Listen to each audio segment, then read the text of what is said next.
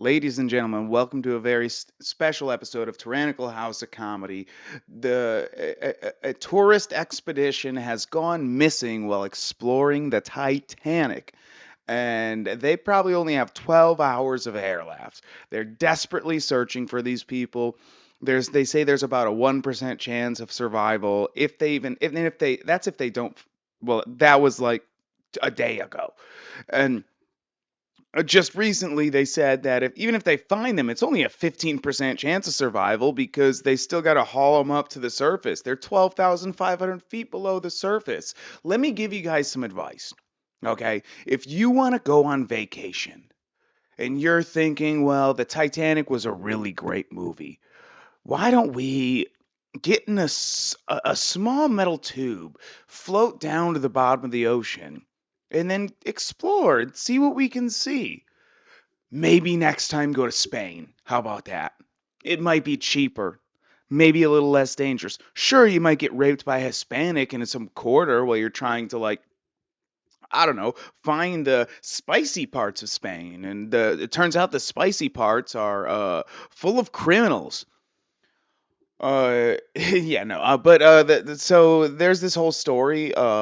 It's just been all over Twitter and the news. Everyone's talking about it. That there's this tourist group, this tourist expedition. They went to go check out the Titanic wreckage.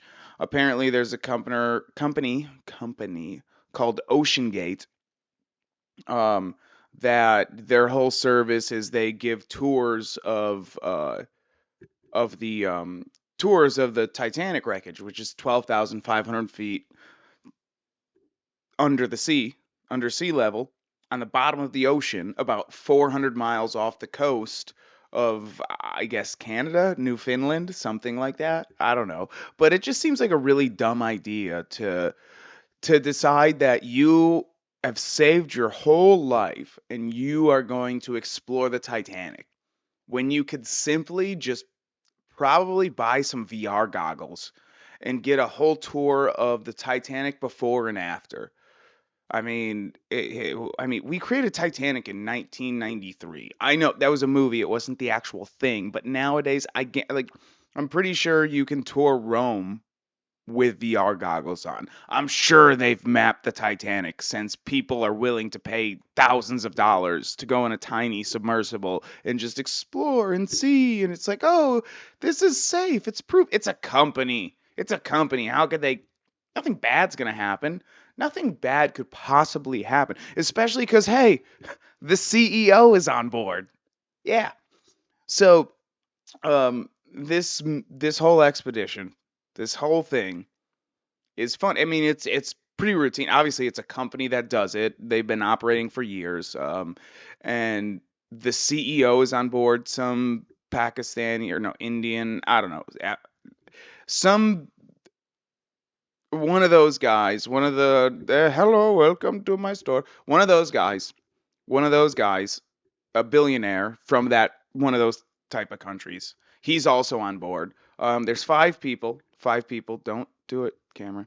There's five people on board, and there's a lot of bleak headlines. I'll just read them off to you right now. So we got Titanic expedition leader sees little hope for five missing aboard submarine. Well, that one's kind of hopeful, but it's whatever. Who are the five? I guess I got rid of all the depressing ones because I had too many headlines. Because there's a lot. Everyone's talking about this. I don't understand it. I don't care. Who's dumb enough to take a fucking submarine? Not even it isn't a submarine. There's a submarine and a submersible.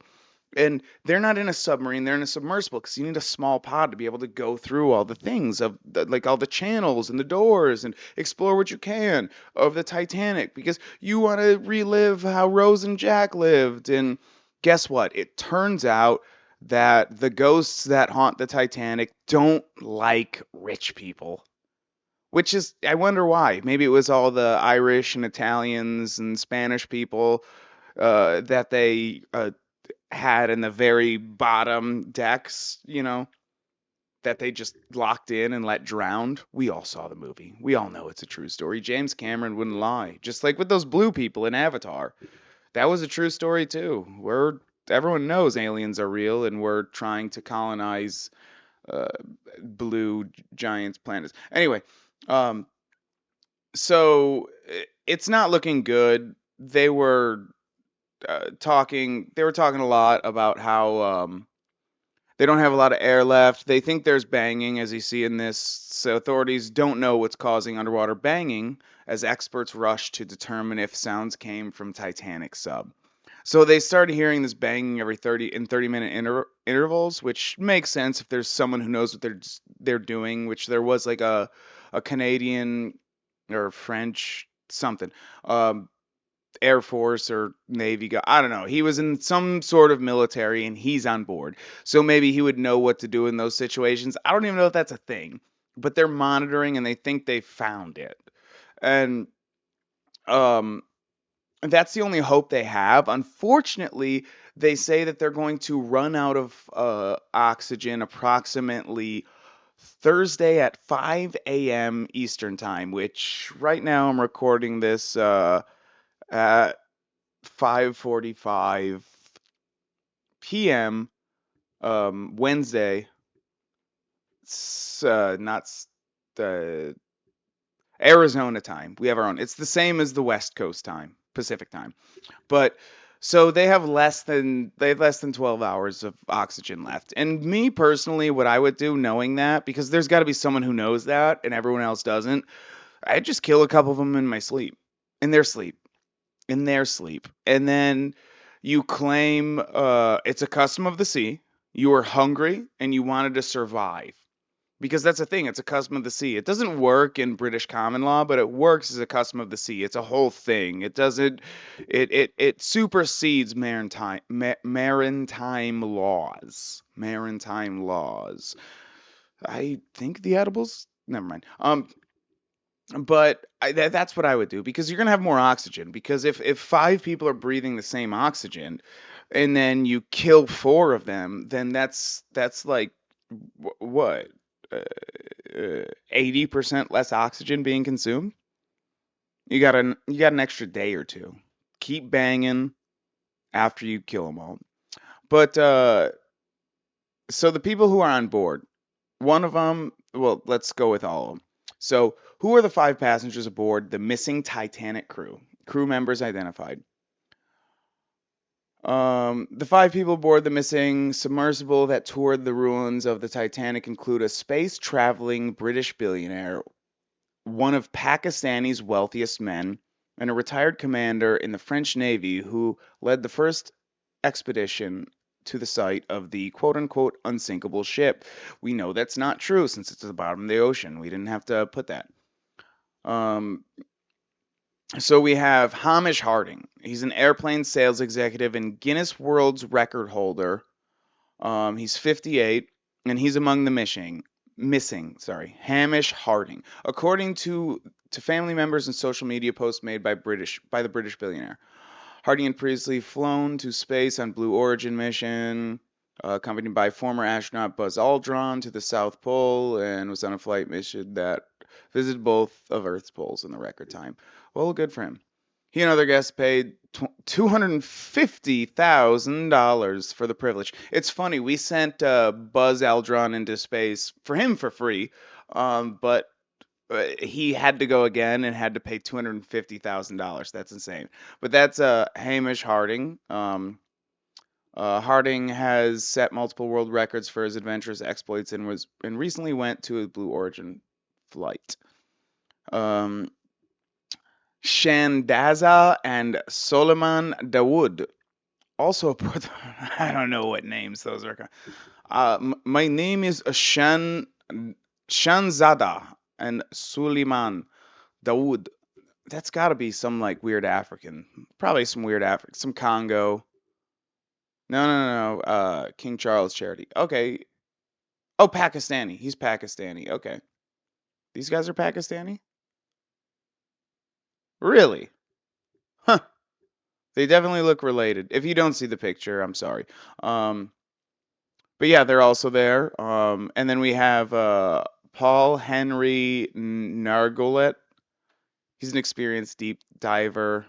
Paul Henry Nargolet, 77 is aboard the vessel. He's probably dead already. That dude died first. The oxygen lasts a little longer. I say we move the time frame from 5 a.m. on Thursday, maybe 10, maybe noon. Who knows? He led the first expedition to the Titanic wreckage in 1987 after retiring from the French Navy, where he also served as a commander. He might have killed them all. He might have killed. I saw. I mean, he definitely could have killed the DeWoods and their son. Hamish, easy kill. So that's three down. It's over with. Um. So who else? You want one, two, three, four. That's four people. This guy.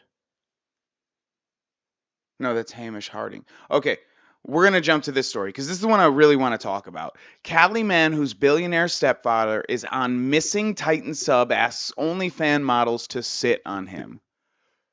What else are you gonna do in that situation? What else do you do? You're sad. You're upset. You don't know what to do. You're the son of a stepson of a billionaire, and what? You're. How do you deal with it? You get a higher end prostitute to sit on your face, especially when she asks it. So, hours after outing Harding as one of the members on board the flight, I added that. This guy's name is Sazas. It's Szazz. All right, so he's an entitled retard. Or a Muslim. Or Indian. I don't know. Attended a Blink 182 concert, which sparked a war of words with rapper Cardi B. This story gets better as it goes. It just keeps getting good. British billionaire Hamish Harding is among those on OceanGate's Titan sub. His stepson Brian Sazaz posted about going to a Blink 182 concert on Monday by Emma James for DailyMail.com. Brian Sazaz raised eyebrows after responding to a Twitter post made by a scantily clad OnlyFans model named Bria, which was captioned, "Can I sit on you?" Absolutely. Clearly impressed by the curvaceous sex worker. An excited Sazaz replied, "Yes, please," adding a face with love heart emojis for good measure. The online flirtation comes as San Diego-based Sazaz found himself embroiled in a furious war of words with rapper Cardi B over his decision to attend a Blink 182 concert in the wake of his stepdad's disappearance. Billionaire Harding, 58, CEO of Action Aviation in Dubai, Shahzada Shahzada Dawood, a UK-based board. Jesus Christ, these fucking names are ridiculous. My God. Oh, if I wasn't a racist, it would make me one after reading all these damn names. You know what I mean? I'm joking. This is a comedy podcast. This is a comedy podcast. Thank you. Thank you. Thank you. Thank you. Um, uh, so all that stuff. Look, there's Shadaz, Brian Sadat. So he posted this. If you guys are, I'm about to post down. If you guys are audio only, if you're listening, just listening on YouTube or just listening on Spotify or on Apple, wherever you are, go to YouTube, open it, go to this point, and take a look at this because here she is. Here's the post. Here's the post that he got in trouble. All right, this woman with the tiny waist, the big butt, and she's a white queen. She's a raven white queen. And she said, "Can I sit on your face?" And he's obviously upset. He's not feeling well. His stepdad's about to die. He doesn't know how to cope with this. At this point, he's like, "Oh man, what am I going to do? Am I going to get stuck running the company? I don't want to run the company that killed my father, even though my father was one that killed me, since there was a lot of issues with how he was running things and everything." But, yeah, you can sit. Yes, please sit on my face. But yeah, take a look because God, she's banging. She's banging. I would let her sit on me, preferably my face, and preferably if she didn't have any STDs. He quote tweeted an image of an OnlyFans model who posed in a skimpy bikini with the caption, "Can I sit on you?" before replying, "Yes, please." OceanGate CEO Stockton Rush is on board the vessel. That's the other one. That's the other one I was talking about. Yeah, Stockton Rush, who notoriously said, "I don't want to hire useless 50-year-old men," because he wanted diversity hires. He would rather have fucking diversity, equity, and inclusion rather than, you know, uh, competent people. And then he also fired his safety director who was like, "Hey, this thing might not be up to snuff." And he's like, "Get the fuck out." And then he's like, "Hey, it's a billionaire. I'll go on this one." And now he's dying. He's dying. And this billionaire's son is so mournful that he's asking this OnlyFans model, this big bootied OnlyFans model, to sit on his face. And I can't blame him. And as of 10:02, June 21st, 2023, the photo of her ass has gotten 1 million views. So you just tell me he's wrong. Tell me I'm wrong. But I don't believe it. So Zaz initially asked his followers to continue to think of his family on Wednesday morning, writing, "Please keep my family in your prayers." See, he's a good kid. He's a good kid. He can have two thoughts at once. Okay, people? He can have two thoughts at once.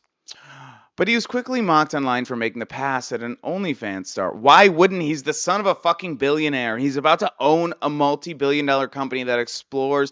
I mean, they're going to have probably a bunch of big lawsuits on their hands, so he's going to lose a lot of the money. But it's still a safe bet. You're always going to have something. There's always going to be something left. They always squirrel something away, you know? So even after all the smoke clears and he's got to pay $30 million, the company gets shut down, whatever, he's still got another $20 million hidden to the side. He reinvests, he starts a new company, he does another scam. Everyone forgets about it because there's fucking another Bitcoin scam. I mean, crypto scam.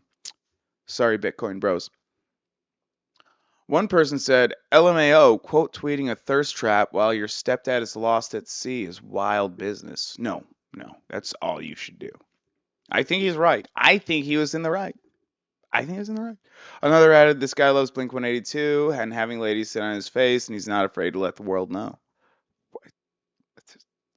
Everyone has a thing that they love. What happened to we don't judge people? I thought we weren't like the fucking Christians. Stop judging people. Stop judging people for their decisions. Zaz then went on to like a post in which said, "No one can judge the way you deal with this trauma," after Cardi B made a video calling him out for attending a concert. The rapper insisted the stepson shouldn't be at home crying and waiting for updates of his stepfather's whereabouts instead of shaking dicks at a concert. Come on. In a Facebook post, he initially said that his family would want him to be there. What? Hang on. He captioned it, "I might be distasteful being here, but my family would want me to be at the Blink 182 show as my favorite band. It helps me in difficult times. It helps. Ah. Look, there's something happening with my family, but I need this OnlyFans model to sit on my face while I listen to Blink 182 live." It's the only thing. Look, I thought you guys were pro mental health. This is for my mental health. I'm trying to do better. I'm trying to be better. And I realize the thing that makes me be a more productive person is when hookers sit on my face while I listen to Blink 182 live at their concert. And I already paid for the ticket. I already paid for the ticket. I'm not gonna give away the. What do you want me to give it away? Give it away to a friend? Give it away to a homeless guy? I don't think so. He's gonna sell it for alcohol or crack. It's not gonna happen. I'm gonna go there. I'm gonna enjoy it because that's what my stepdad would have wanted. He also would have wanted me to take over the company and all of his fortune. And I'm basically celebrating. It really does feel like he's kind of just celebrating, if we're being honest. After deleting several posts because of the backlash, including his Blink 182 photo, Sar began a war of words with the rapper.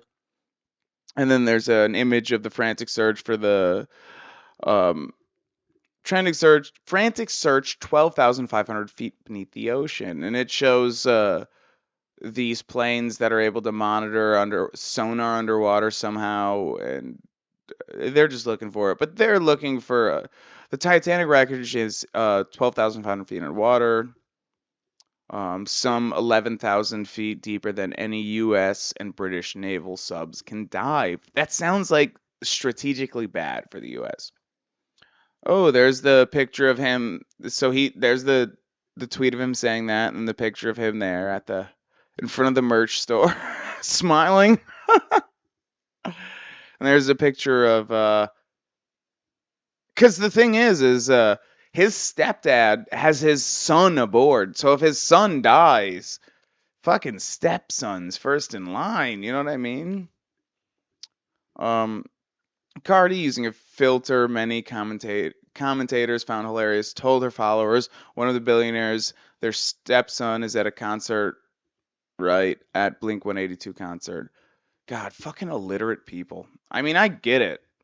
You know, you didn't have an education, you used to be a fucking hoary stripper who fucking robbed people, and you got rich, and now your fucking piece of shit pimp husband is getting brought up, and now you think you're morally superior because you said something about the vax one time. You're the one person to speak out, or was that Nicki Minaj? I don't fucking give a shit. Y'all, and people are like, what is he supposed to do? Be sad at house? Is he supposed to go look for himself? Yes. No. No. Look at him. He's obviously unqualified to do anything but pay a hooker to sit on his face or go to a Blink 182 concert. Those are the only two things he's qualified for. He's not qualified to sit at home and pray because God's not going to listen to him because he lives in a godless house. And he's not qualified to get in a submersible and explore with the fucking United States Coast Guard or the Canadian Coast Guard to try and find his fucking stepdad. And let's be honest, it's in his best interest that they fucking die. How else is he gonna fucking own the company? Um, and so I think Cardi B's wrong. Um, you're supposed to be at the house sad, be crying for me. You're supposed to be right next to the phone waiting to hear any updates about me. Isn't that sad that you are a whole fucking billionaire and nobody gives a fuck about you? Well, maybe that has something to do with how he treated the people in his life. Did you think about that, bitch? Like how you treated people in your life while you fucking robbed Johns so you could promote your fucking rap career and not be a whore. You just had to be a stripper, not a whore. You didn't have to fuck anyone, you just had to rob them. Fuck you, Cardi B, stupid slut.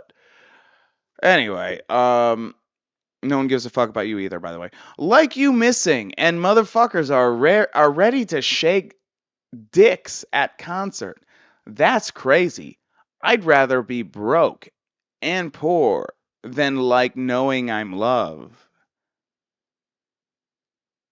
So, well, you're a lying bitch because you did everything you could to be a horrible person while robbing people so you could get money. So fuck you. I just hate Nicki Minaj, and I'm on the side of this kid. I'm on the side of this kid. What can he do? What can he do? Also, the woman had a very nice ass. This is a comedy podcast. He said, "What a piece of shit, trashy celeb Cardi B trying to get clout off me and my family's suffering." Well, you didn't try and get clout off it. I know that. That is a very cringe thing she used.